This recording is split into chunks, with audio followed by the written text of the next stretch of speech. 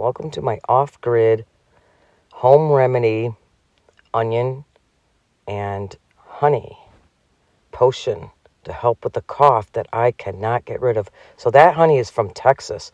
Can't wait to try it. And I'm going to cut up the onions, then a little bit of honey, and I'm going to layer them one by one until all the onion is gone. And this is what it looks like in a layer. It's going to seep down. Look at that honey. And by the way, it was really good. I'm going to let it sit for 24 hours and try to get rid of this cough. Have you tried this remedy? Let me know in the comments. Sending you lots of love.